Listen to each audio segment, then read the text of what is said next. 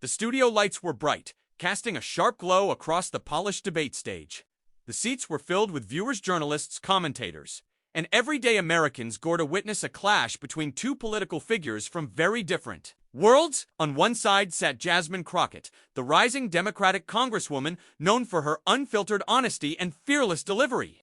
On the other side was Sarah Palin, former Alaska governor and vice presidential candidate, who had recently resurfaced into the spotlight with renewed energy and the same fiery conservative rhetoric that once made her a household name.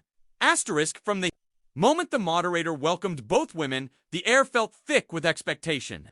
Palin, dressed in her signature patriotic red, white, and blue, launched right into her opening remarks. She criticized what she called woke liberalism, spoke of defending traditional values, and painted a bleak picture of modern America being destroyed by progressive overreach. Her tone was animated, her cadence rehearsed. She peppered her statements with familiar catchphrases like "Real America," "Faith and Freedom," and "Family First." The audience responded with polite applause, though a few rolled their eyes. Jasmine Crockett sat still, her expression unreadable. Her poise was magnetic.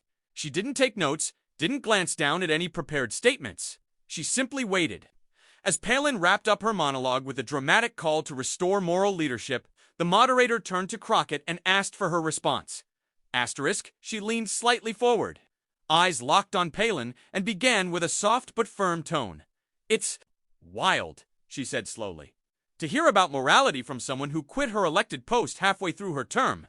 The room stiffened. Even the moderator blinked, caught off guard by the calmness of the jab. Palin's smile tightened, clearly unprepared for a direct hit so early in the exchange.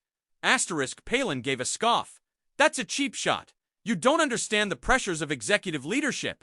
But Crockett wasn't moved. She continued unshaken. "This isn't about pressure. It's about commitment. You stood in front of the people of Alaska and asked for their trust, and then you walked away when the headlines weren't flattering anymore?" The moderator tried to steer the conversation back to policy, but the momentum had already shifted. Palin, perhaps sensing the need to reassert control, attempted to spin the narrative. "At least I've never sat quietly while my party defunded the police or tried to erase American history," she snapped. Crockett raised an eyebrow.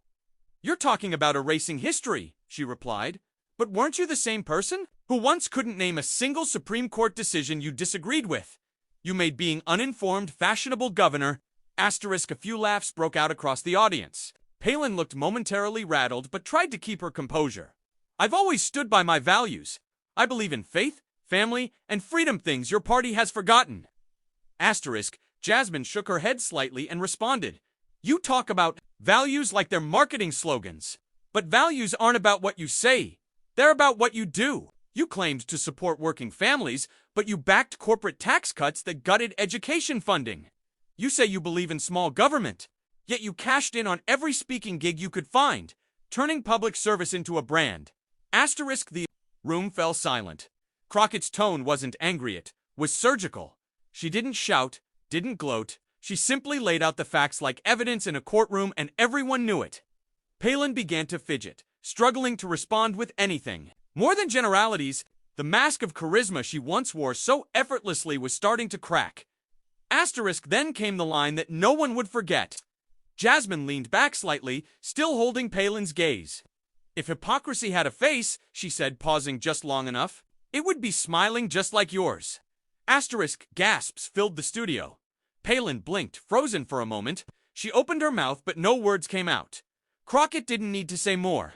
The silence that followed her statement was louder than any applause. For the first time in the debate, the control had fully shifted. Palin, once a media darling known for commanding attention, was left grasping for footing, and JasmineCrockett.com and Composed had taken over the room, not with theatrics, but with truth, poise, and unflinching courage. It was a political moment that would soon ricochet across the internet, sparking headlines, memes, and endless commentary. But in that moment, before the retweets and reaction videos, there was only silence, thick, stunned silence, and the unmistakable realization that Sarah Palin had just been publicly, thoroughly, and masterfully exposed. The lights were hot, and the studio air unusually still, the kind of quiet that happens just before a storm. The stage was set for a conversation, but anyone who had followed the political world for the last decade knew this was going to be a clash. On the left sat Congresswoman Jasmine Crockett, a fast-rising Democratic star known for her fierce intelligence, cutting wit, and refusal to play political nice. On the right was Sarah Palin, once a vice presidential candidate, now trying to stage a political resurgence through media appearances filled with old-school rhetoric and nationalist fervor. Palin, dressed in bold red, looked confident as ever. She had that familiar, folksy grin, that same maverick energy she rode to fame years ago. From the moment the moderator introduced her, she launched into a fiery monologue. America, she said with emphasis, is losing its soul because the left wants to erase faith, erase family, and erase freedom. We need to return to our roots, back when leaders had values, God-fearing values. There were a few claps from the conservative-leaning audience members. Palin's voice got louder as she continued. I've always stood for the people. I didn't spend my time in D.C. playing games. I got things done. I put Alaska on the map. I took on corruption. I fought for families, unlike some who just read their lines and try to sound smart. That last jab wasn't subtle, it was aimed squarely at Jasmine Crockett. Crockett didn't blink. She sat perfectly still, a slight half-smile tugging at the corner of her mouth. She waited patiently until Palin had said her piece. The moderator turned to her. Congresswoman Crockett, your response. She leaned forward slowly, her tone calm but deliberate. You know, she began, voice clear as glass, it's always interesting to hear people talk about values when their record tells a completely different story. The temperature in the room seemed to shift. Crockett didn't raise her voice, but her words were sharp and undeniable. You talk about leadership, Governor, she said evenly. But remind me, again, how long did you serve before you quit? As governor of Alaska, a soft gasp rippled across the audience. Palin stiffened. I didn't quit. I stepped aside for the good of my state. The media attacks were too distracting. Crockett cut in gently. Oh, so now media scrutiny is a reason to abandon a public office? That's leadership to you, Palin bristled. It was bigger than that. I was protecting my family from the lies. Crockett nodded slowly.